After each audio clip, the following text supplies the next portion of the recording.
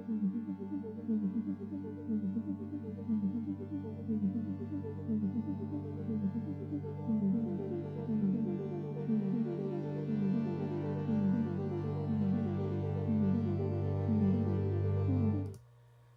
right, what's going on?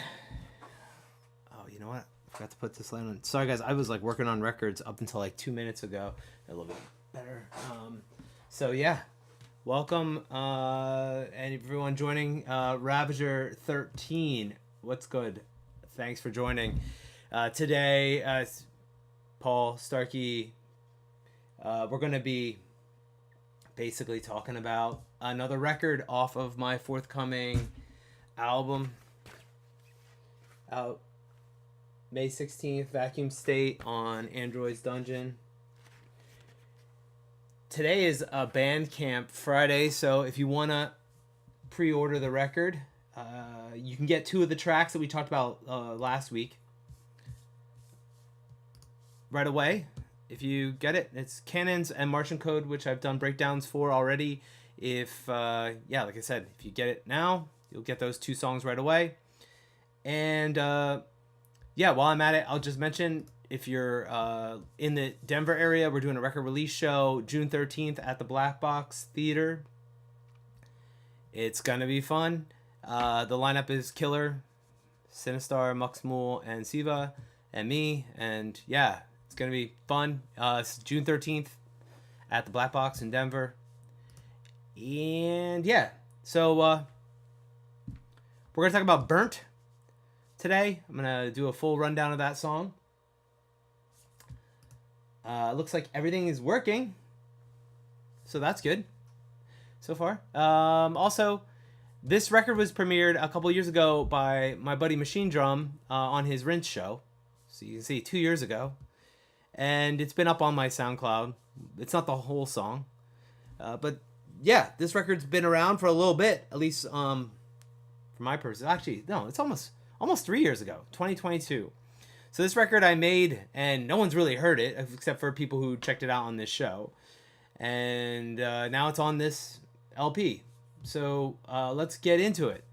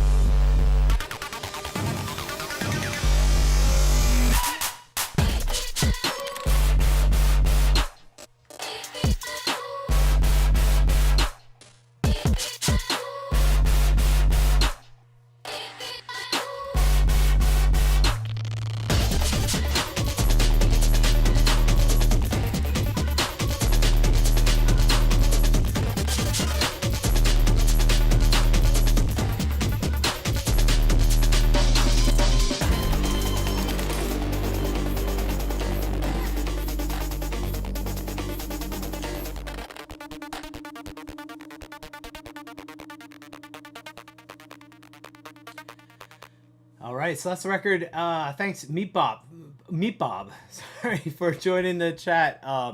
Saying loves Divine Planet, and I also responded. It's one of my favorites as well. Actually, I love that record. Vocals so good too. Wow, we're getting some weird noise. What plugin's causing that? Yeah, these non-optimized junky. Oh, is it saying it's not activated? What the heck? Oh God. All right, I'm not gonna deal with this today. I'm just gonna bypass it. It should be fine. Okay, so that's the record. When Travis played it, I think he mixed it out like here, so you guys didn't really get to hear this ending bit, which I really like. This is probably my favorite part of the tune, with the kind of like rave stabs. So you didn't get to hear that in the mix. So everyone's probably hearing this, unless you saw me play like this past year. You haven't heard that part of the record. So let's get started from the beginning. There's a lot going on in this tune. You can see there's a lot of muted tracks as well. It's because I did a lot of like bouncing out of parts and then loading them into samplers and stuff. And I'll walk you through what I did here. So let's get started here at the beginning. So I've got an Amen break version loaded into Serato's sample. It's basically being filtered using Pro Q with some automation here, some reverb. And then my clipper, I've talked about this the last couple times we've done this. LVC's clipped max is my favorite clipper. My only problem with it is that it shows up in the incompatible list, and you have to like approve it in Logic and stuff because it's not optimized. But it's still, that's my favorite clipper. It's got so many different options to it. Stereo, mid-side, multi-band clipping. It's pretty cool. Big Bob's asking in the chat, would love to hear about how your music tastes and interests have morphed over your career, if you mind. Yeah, if I find a moment. Yeah, you know, like I think I've said this before in like other like interviews and stuff, but like when I started making records, it was kind of like IDM-ish dance music meets grime meets post-rock, like epic, like big like bands like Sia Rose and Mogwai and stuff like that. And then like synth music that I grew up on, like Vangelis and stuff like that. Like all that kind of just mixed together. And I don't know, my sound has changed a little bit here and there. I've been doing a lot more breaks recently. I do have breaks. I have breaks on my first record, so it's not like it's like a new thing. But I've been making a little bit more clubbier. I don't know what I think are clubbier records, like Cannon's, the track I did like what, a week ago. It's all kind of blurring together. But that record and like Grand 4K, I kind of think of those as like more straightforward, like old school hardcore dance records. This one's kind of a hybrid. This one's a little bit stranger. But yeah, I mean, my sound, my feeling of like my records, I don't know, it makes sense to me. Maybe to some people it doesn't make sense, but I feel as though I haven't really changed much. My records, I think, are better production wise now than they were when I was 25 years old. But the sound and the core principles haven't changed. And I'm not really trying to like make records. I'm trying to make records that I enjoy more so than anything else, right? It's like you have to be like interested in making music for yourself if you're an artist, like, or a producer. If you're like care about the art part of it, like if you're just trying to like make records to make money and put out, pop stuff, that's a different thing than I think what I'm doing with these records. But there's no like right way of doing things or wrong way of doing things. It's just what speaks to you as a producer. So I don't know if that's necessarily answered your question, but I still listen to a ton of jazz. Like I listen to more jazz than anything else. I mostly listen to really old jazz too, like 1930s and 40s and stuff, into the 50s as well, but like really early jazz I love, and like ragtime and all that stuff. That's mostly what I listen to when I'm not making music, which some people might find interesting if they don't know me personally. But yeah, I don't know. Ask more questions if I didn't answer it. But so that's the Amen snare. Also, I'm a huge fan of the Think Break, so that's in here. It's been on both of the other records as well in some capacity. So that's just the filtered version of the Think Break here at the opening. There's another break that's basically just I'm using for the kick drum here at the beginning. And it's got the artifact of the clip into the next sample there, which I like. It sounds cool. So that's being layered together with all these other guys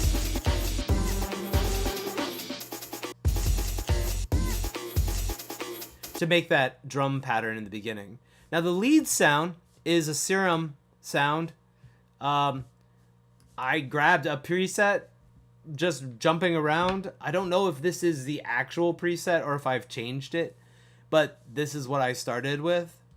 And all that's going on with this is an EQ with some dynamic EQ in the lower mids and a boost at the top end.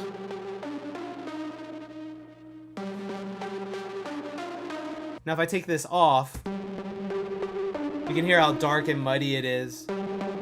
So I'm just brightening it up with Pro Q.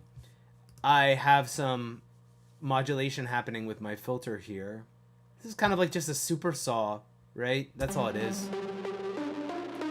With a lot of reverb. And getting rid of all the bass in the reverb so you don't hear that interfering with the lower mid-range of the sound itself. Whoops. So then I basically take that same melodic line, that same MIDI, and pass it down here to two other synths. So here is another Serum Super Saw sound up an octave. And then I also have the Redominator DCO, basically, which is doing the kind of Reese-y, phasey, chorusy rave synth. Without the OTT, it's cool, but this is just adding a little bit of gain, just trying to smack it a little bit more, make it a little bit mushier. I mean, I don't abuse OTT. It's just used for specific reasons, right? Meat Bob said, I love Glenn Miller. Yeah, your point about the work needing to resonate personally, I agree, is so important. Yeah, for me, it's just all about that. You know, it's about making records that you like and that you appreciate and that you want to share. And it's amazing when other people like it. You know what I mean? Like that's rewarding where, you know, oh, someone from a label likes it and wants to put it out, or, you know, another artist wants to collaborate with you. That's the rewarding part of this entire thing. Physical analog equipment versus VSTs. Yeah. I have some analog equipment here. You just can't really see it in my camera shot right now. I also have some digital equipment, like a Digitac, and yeah, I've done some stuff for Polyend. So I have their synth right here. You can't see it. I did some of the presets and stuff for that. And I also did some presets for the tracker, which is over here on my desk. I put the synth here, so because I've been using that more, but the tracker's there too. And then over here on this side is my Eurorack rig, which is just a basic Eurorack rig. I forget the size, but it's the basic Pittsburgh modular case, and it's filled with stuff. I also have like two keyboards here. I have a Juno 60 from like 1983 or whatever, and then I have a Korg 1, which I basically just use as a keyboard, like a MIDI keyboard now. And then I have a guitar and bass, which I actually was playing before this. I'm doing producing some records for another artist, and it required some guitar and bass. Yeah, and then I've got the a 303 clone, a couple other things here. This is the mini mode clone. I've got a bunch of things here, but then I also at I have access to an amazing studio with crazy amounts of equipment in it, like a wall of Eurorack and Electron stuff, a wall of polysynths, at the Community College of Philadelphia. So if I ever want to use any of that stuff, I can use it whenever I want. So I'm lucky to have that. But that's the hardware I have here. I also have an analog heat Electron on my desk, which I use for processing as well. I just haven't happened to use it on these records that we're listening to so far, but because I just use things whenever I feel like it. Like, oh yeah, I'll use this, you know. And so I don't. There's no rhyme or reason to what I'm deciding to use, unless I'm going for like a specific sample that I want to pull into a record. How do you decide what elements you want to highlight in the track, or is it just a spur of the moment thing? I'm not sure if you this is from Ravager13. I'm not sure if you're meaning from like the streams here or from like when I'm producing. Maybe like clarify. Like I'm trying to go through like all the major elements when I'm doing these streams and just point out like what's going on and what I did. But from a production point of view, I think it's just whatever I'm feeling at that moment in time. That's my like thing, you know. It's just like, all right, well, I like to pass melodies around too. I do that a lot. I'm gonna do it on the next record that we're gonna break down, which is called Racing. I think that's the next one on the list. Equinox is next. I'm gonna do them in order. So yeah, when I get to Racing, you'll see it's like a melody and like a rhythm that just gets passed around to multiple instruments, and that's like the hook of the record. When I'm producing, producing, it's just about what needs to get brought out in the tune. Sometimes I like to throw things at the production and not really try to think about it too much about what I'm using or what I'm trying to make. I just come up with a riff or come up with a beat or something like that, and then, you know, just again pass it around amongst instruments. I also will just randomly go in here. I showed this in one of the other streams too, where I have a bookmark here of my main sample libraries. So I just will type in something like, you know, lead, whatever, and then it's going to pull up every sample that has that word in it, and a lot of it's just all over the place. And I'll just randomly grab things and throw them in to the record and try to manipulate them. I'll either throw them into an audio track or to a sampler. I tend to use Serato sample or Momentum when I'm doing sampling like that. Sometimes I use Contact. It really just depends on what I feel like trying. I've started throwing some things into Serum 2 now, because Serum 2 has sampling functionality. And so I'll just grab a record and throw it in there. But to be totally honest, I haven't like felt comfortable with it yet, because it's still a new thing. For breaks, I didn't really like it. I've seen some people on YouTube like showcase using it with breaks, but I just didn't really like the workflow. I'd rather stick with Serato sample. That's just my thing. Yo-Yo said, hey, what's up? Thanks for joining again. Do you even have time to listen to other DJs' musics? What are your favorite dubstep DJs? I do listen to other people's music. I get so much music in my inbox, though. I don't listen to it all. I listen to the stuff from like the labels I know or people that I trust or whatever. But there's a lot of records I don't listen to that come in my inbox. So yeah. Hey, what's up, Revolver? How you doing? James just joined the chat.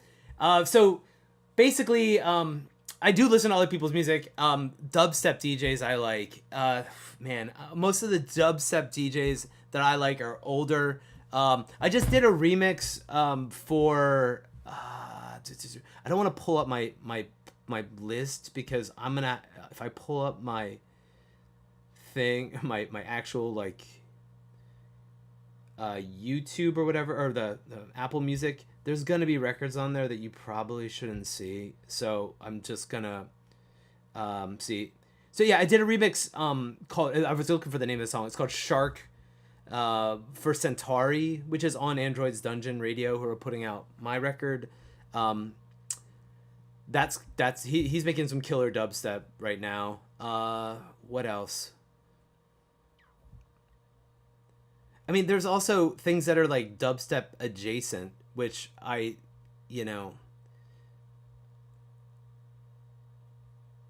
Alright, this is all old stuff. I'll have to get back to you. Let me get back to you on it then, because I want to give you like real answers. People, I'm gonna go look on here. I like Essex. I don't know if his stuff is like considered dubstep though. It's like more like trappy stuff, right? I like Flume a lot. My buddy Eprom is and G Jones. I don't really consider them dubstep, but they make great music. Yeah. What else is this? I'm trying to think.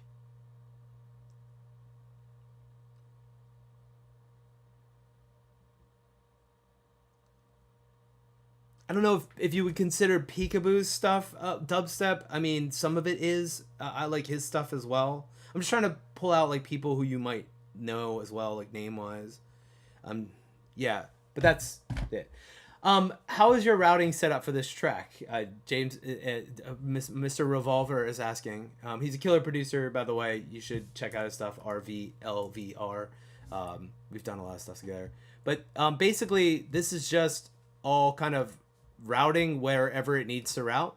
When I do any sidechains stuff, I will make a sidechain bus with, like this case, it's Pro C, which is being sidechained from something, from a track I call Trap Gods. These drums are being OTT'd together at the opening of the song.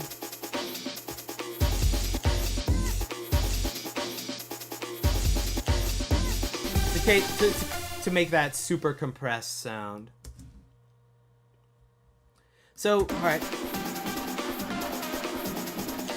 So we pass the lead synth back to the original synth, right? So it's being passed back here. Take out that big break. And have a even more filtered snare, amen. This time I am using Decapitator to break it up. I have it in the punish setting, and it's really smashing that up, making it even more filtered. You can see I'm using the high cut as well to just basically treat it like a distortion box slash filter, and it's great for the transition. Alright, so now we're gonna get into like the meat of the song.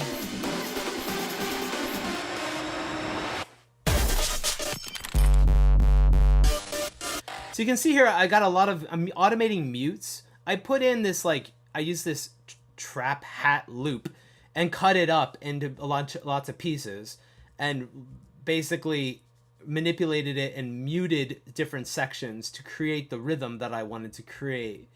I started off with this bass sound, which I created in Pigments, which is...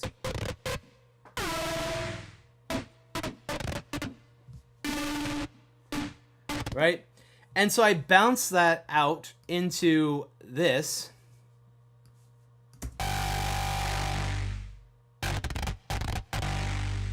So it's just a bunch of noise, right? Like weird modulation stuff with the volume and the filter closing. And then I loaded that into a sampler and chopped it up so I could play it.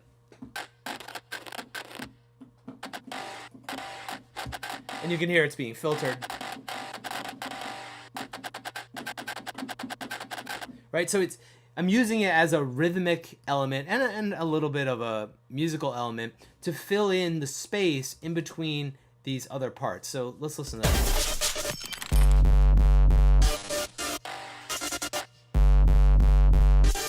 The lead synth is kind of interesting too. I use Pigments again, and this one I took some chords that I made, and I plopped them into Pigments. So this is a bounce of this chord progression here.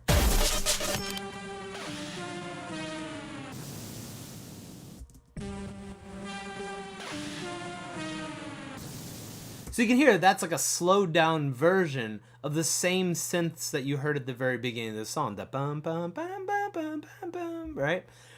And then I basically, I called it glitched the hell out. I ran it through, I'm using this to gate the sound, and I basically have that playing to fill in the space every once in a while. So when I load that sample into Pigments, let's take off all the effects.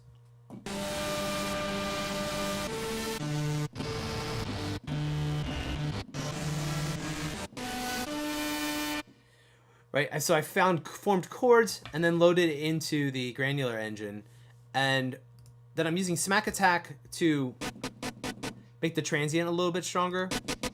OTT just to bring up the volume. I'm using the Ozone Imager to make it a little bit wider, just in the upper mids and the treble frequencies. Using Pro Q3 basically as a roll off, and then just to pull back, attenuate the upper mid range a little bit, and then a limiter.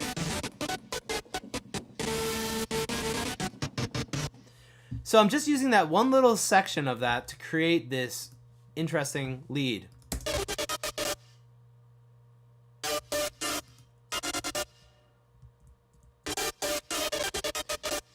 Now the coolest thing about this is that it's all one note. You hear pitch, but how do you hear pitch? Because it's only one note. Well, it's because of what Pigments is doing. In the granular engine, there's some pitch modulation happening from the grain. So you're not hearing the same pitch every single time. Right? So if I play it by itself, it is fine. You hear one note. But with the modulation I have going on, and the way it's jumping around, you can hear it's picking out different notes. So I'm not playing those specific notes. I'm just sliding the playback of where the sample is starting in the engine. So like, right? See, that's always playing from the same location. But you can see it starts moving when I hit play because of the modulation that's put into it, or the automation, if you will.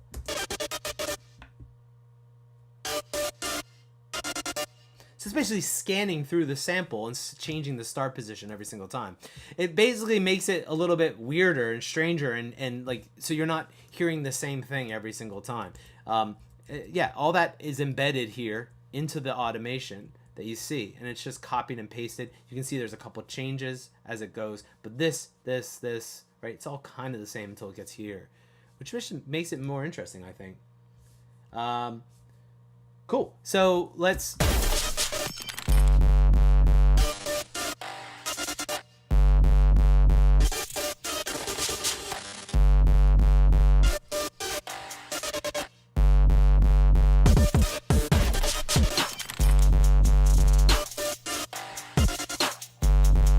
So this was originally, the bass was originally a sound that I made in Bass Synth, the Wave Alchemy contact instrument. I mentioned it in the last two records because I used it for that as well. But basically it's just a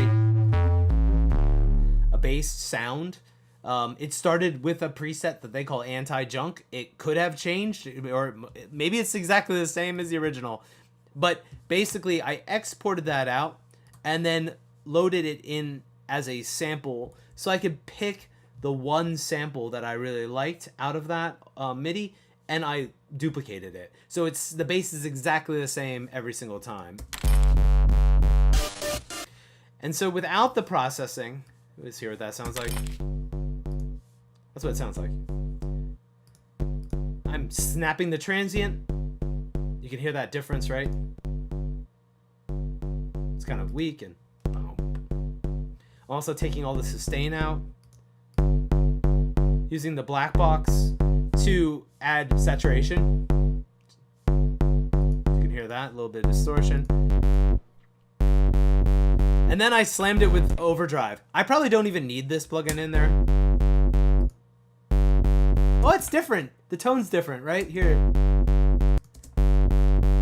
It's a little bit brighter. And then I actually added a little bit of basement afterwards to just bring out the bass. I would probably put this before the distortion, just to help, but maybe there's a reason why I put it after. Maybe I just needed to get a little bit more sub bass after the distortion happened.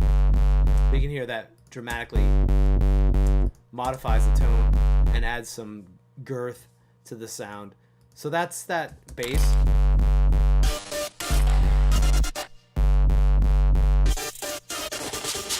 What does this sound like? So this is the sample, burnt chords. This is the sample that I made that I loaded into Pigments.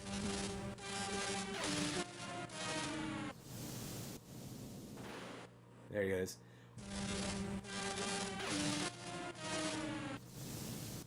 It's wild. So that's the sample that's being used to create that.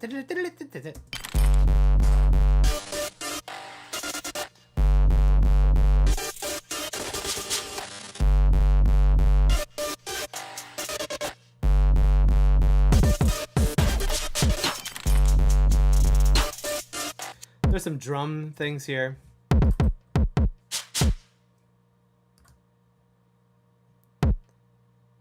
They're really, really, really sparse. Because it's just being used to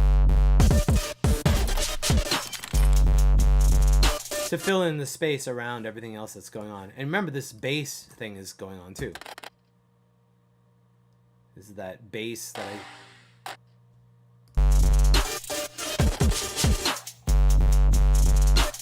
This is just my snare.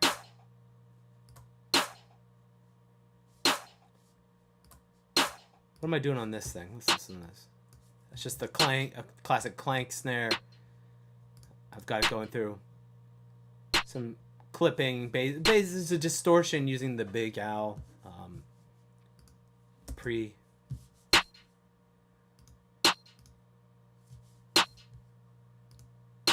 Basically, this thing has like no dynamic range. It's just bam, loud.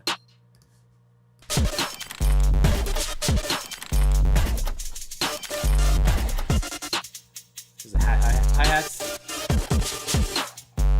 Remember, they were like being muted before without the effects.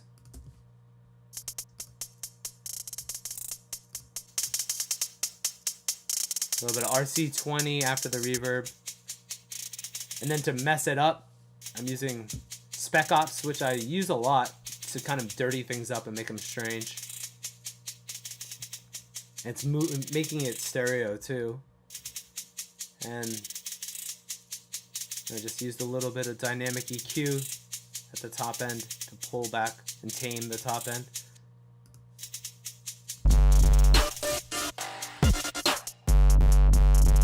Here, without that, it's completely different.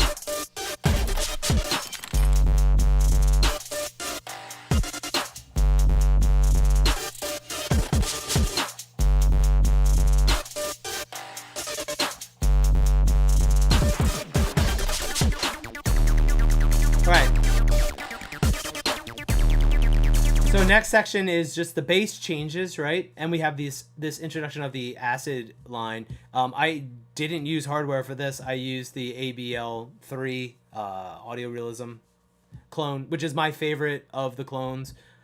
And basically, that's what it sounds like, raw.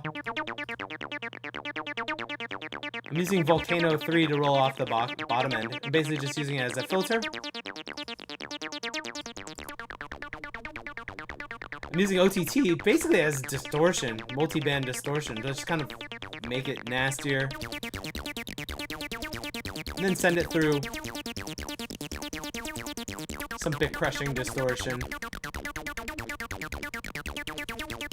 without it. Man, it probably sounds cool without it.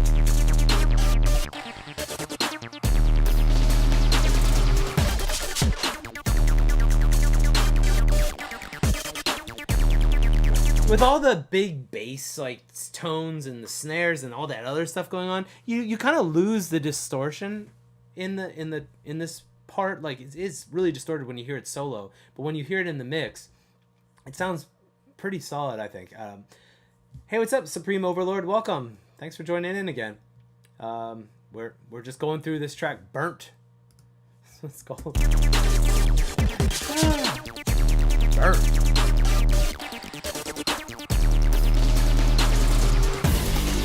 So the bass, again, I exported the bass out, so it was exactly the same every single time. So I basically took the MIDI, printed it, and then picked a bass sound.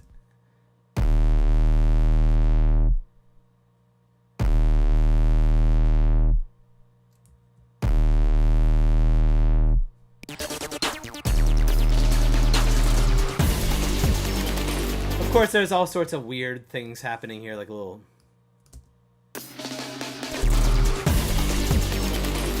Just little samples here and there. So here I'm bringing back the break from the beginning of the song. And I'm filtering the acid lead. A little automation. There's no MIDI here because it's playing a pattern. So I'm just using mutes to mute the section.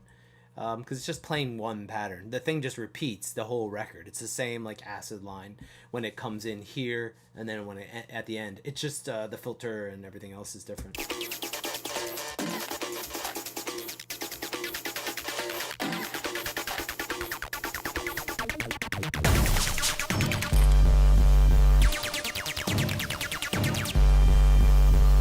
Where's that? Oh, this is cool. So again, I did this in Pigments using the granular engine. It's the exact same sample, again, that burnt chords thing I made. Again, I'm just moving the playhead.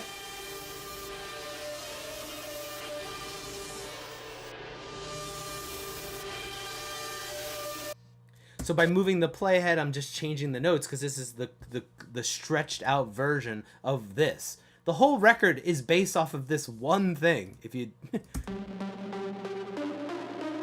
you wouldn't notice it because of how it's processed, but that is literally the entire record is dun dun dun dun dun dun dun for the most part.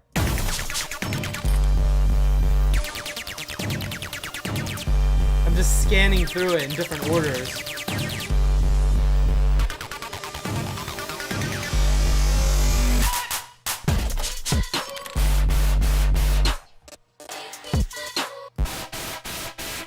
All right, so let's talk about this guy.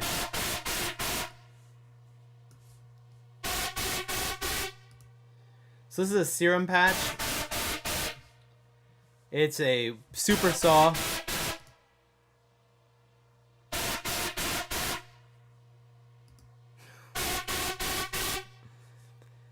And it's going through a phaser. And this is just the soft tube phaser.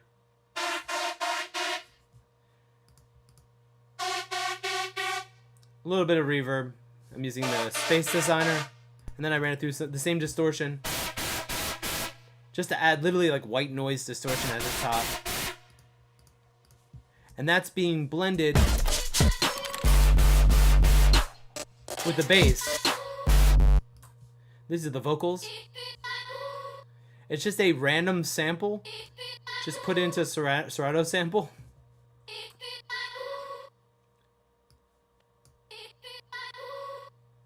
That's what it sounds like without. I'm accentuating. So instead of using downward compression, I'm pushing the volume up when it goes above. Okay, thanks for telling me. A little bit of smack attack to bring out the transient. I have a little bit of a 4-inch shift on this. That may have been for tuning purposes. Because with all this stuff happening, maybe I just wanted to tune it more with the track. Got a little bit of micro shift happening. I'm not going to put on the signal, this guy, because it's saying it's not authorized for some reason. I don't know. There's nothing on this Valhalla right now. I have a feeling I automated on. Yeah, that's probably what's going on. Yeah, so here's the Valhalla mix. So over time, it starts to get bigger reverb or delay here. So it sounds darker. All right, we're filtering out the sound.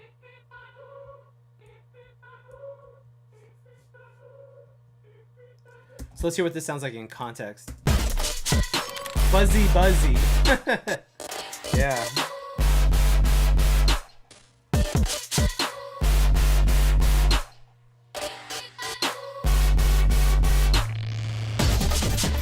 There's not a lot going on with like the drums and stuff in the song. It's made up a lot of these weird sounds and these little like elements that are just kind of like sneaking in and out. But the drums are very sparse. If you know, it's not a lot. Then we get these drum breaks coming.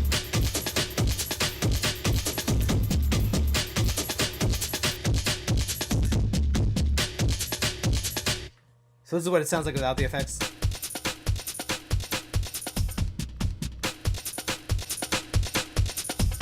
Again, the filter station, like my little like, I don't know, trick. It's not a trick. I'm sharing it with you guys, but like what I do is set them so that the two filters are slightly different from each other, getting them, you know, the sound, the tone I want, and then playing around with the saturation. These are in parallel modes. You're hearing it being blended together, these two signal paths. What else is happening after that? I'm pushing the pitch up of the sample.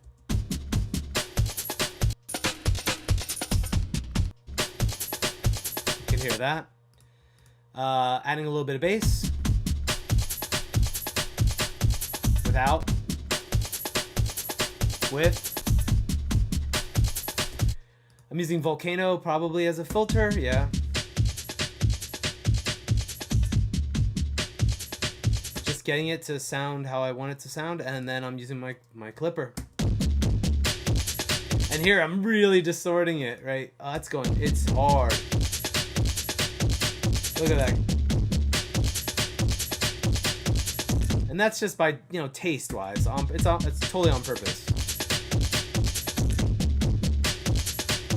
With the other break,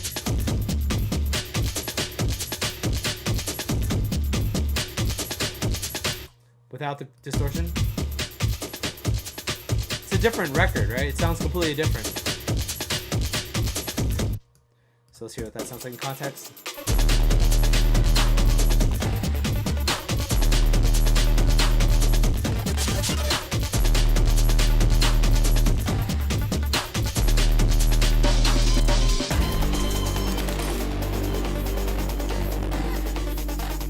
That's just, there's like a big bass hit here.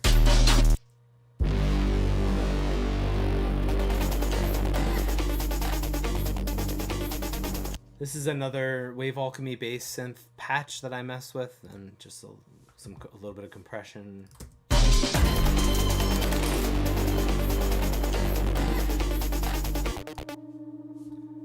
So that's literally, the notes are D and E flat, and it's just a synth. This is probably a preset that I just maybe played around with a little bit. Maybe it's the 100% just the preset. Just looking for a chord to hold out there.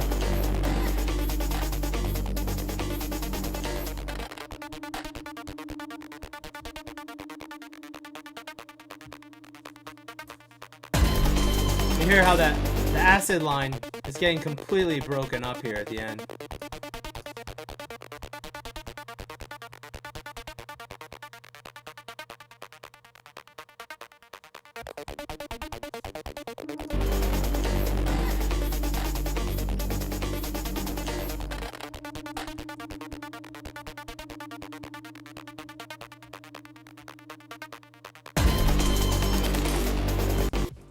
And that's the tune. It's not very long. It's actually quite short for me. Let's see exact length. Oh, it's not up here. 27 seconds to 2. So it's like, yeah, less than 2.5 minutes. So it's just a thing that happens, right? It's just it's like, yeah, it happened. Nothing really repeats. I mean, like this, it's all based off of this one element though, this one thing. Okay, it just gets bastardized the entire record over and over again.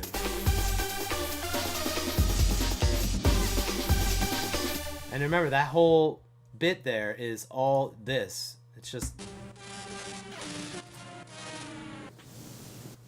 You can hear it's just that thing stretched out with lots of processing and...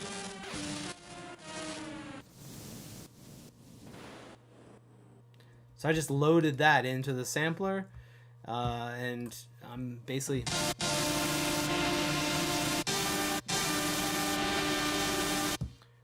Yeah, let's take a look at that real quick. I didn't really look at the automation. All right, so this is all the automation that's making that. So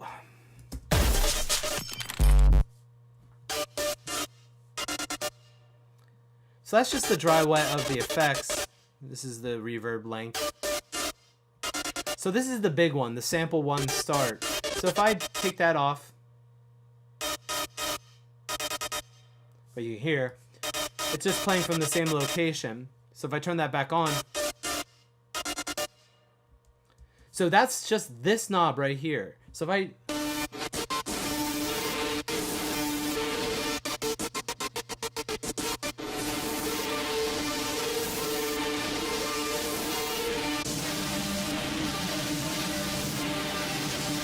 like if I pull the density back,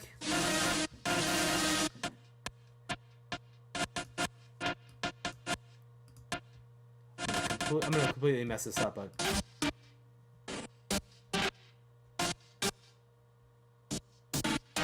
it's got a lot of effects on it too. But you get the idea, like you can really do a lot.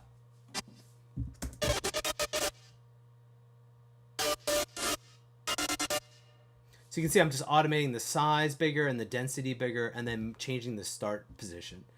Supreme Overlord says savage sounds. Thanks. Yeah. Just having fun, really, right? It's all about just taking that, and why not use something original, right? You could always load a preset up and play around with that, but here I just bounced out the song, like the part of the song, and use that as my main element here in the production. And so it's like unique, right? Again, you can see I'm not hiding anything. I use some loops here and there. They're just not looped, really. They're kind of messed with, because I don't know. Everyone has those loops, and everyone has those presets. Like again, like there's something to be said about using like the amen break in your production. That's like, you've made a choice. Like I'm gonna use the amen break, and yeah, cool. But when it comes to these other sounds, I just kind of use them as like sample candy. Just let's play around with it and have fun, and try to figure out what I can do with the production, what I can do with these individual sounds. So yeah, this track, does anyone have any questions? I know there's a few people here right now. If anyone has any questions, I can answer them. Or the song didn't take nearly as long to break down, because again, there's not a ton going on. It sounds very complex, I think, but it's not. Like a lot of it's just automation and making sure you start with cool sounds. But that's really it. The plan is next week to do 2 more breakdowns. So on Tuesday the 6th, I kind of like this like 1 o'clock or 2 o'clock time frame on the East Coast. I think I'm going to do 2 o'clock again on Tuesday. And motion detected at the doorbell. Yes, thank you. I can't do Friday though next week. So maybe we might only have one next week on Tuesday. Wednesday I'm in the studio all day. Maybe Thursday, but it'll have to be earlier in the day. So yeah, let me look at my calendar, and I'll post it up on. I'll also set up. I think I did this okay this time around on YouTube. Set up like it's coming soon, or like it's starting at this time. We'll take a look at the calendar, and I'll get them up. But it'll be the next 2 songs on the record. So Equinox, which hardly anyone's heard yet. The only time you've heard it is if you've heard me play it, or one of my friends has played it and I just don't know. Like it's, they played it live in their sets or whatever. And then a track called Racing. And Racing is the track that you hear in the first promo that we did for the record. So if you go like to my YouTube or my Instagram, that first song that we did in the promo,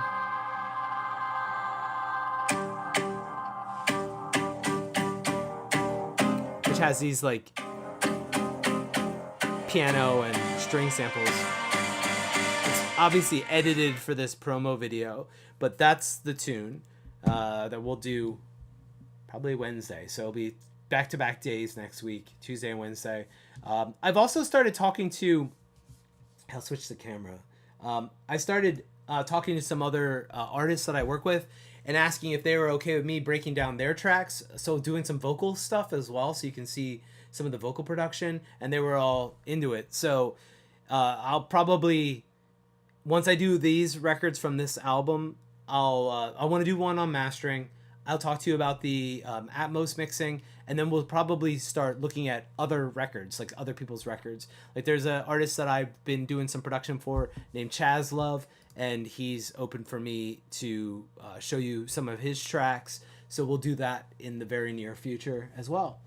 But this is fun.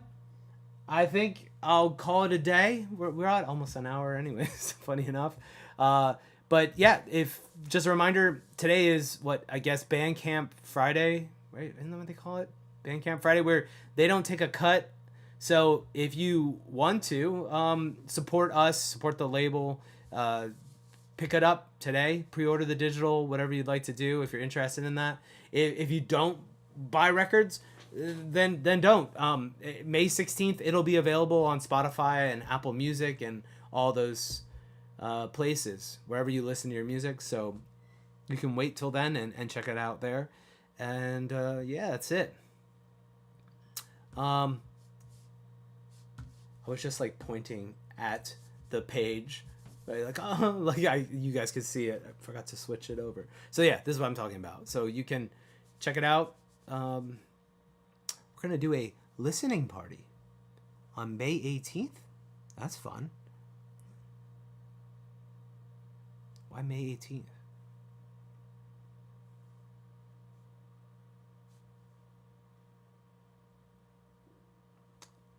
Ah, cool. All right, that'll be fun. Yeah, so I guess that's it. If there's no questions, I'm going to jump off, and I got to get back to producing some other music. And yeah, take care, everyone. Enjoy your weekend, and probably see you Tuesday.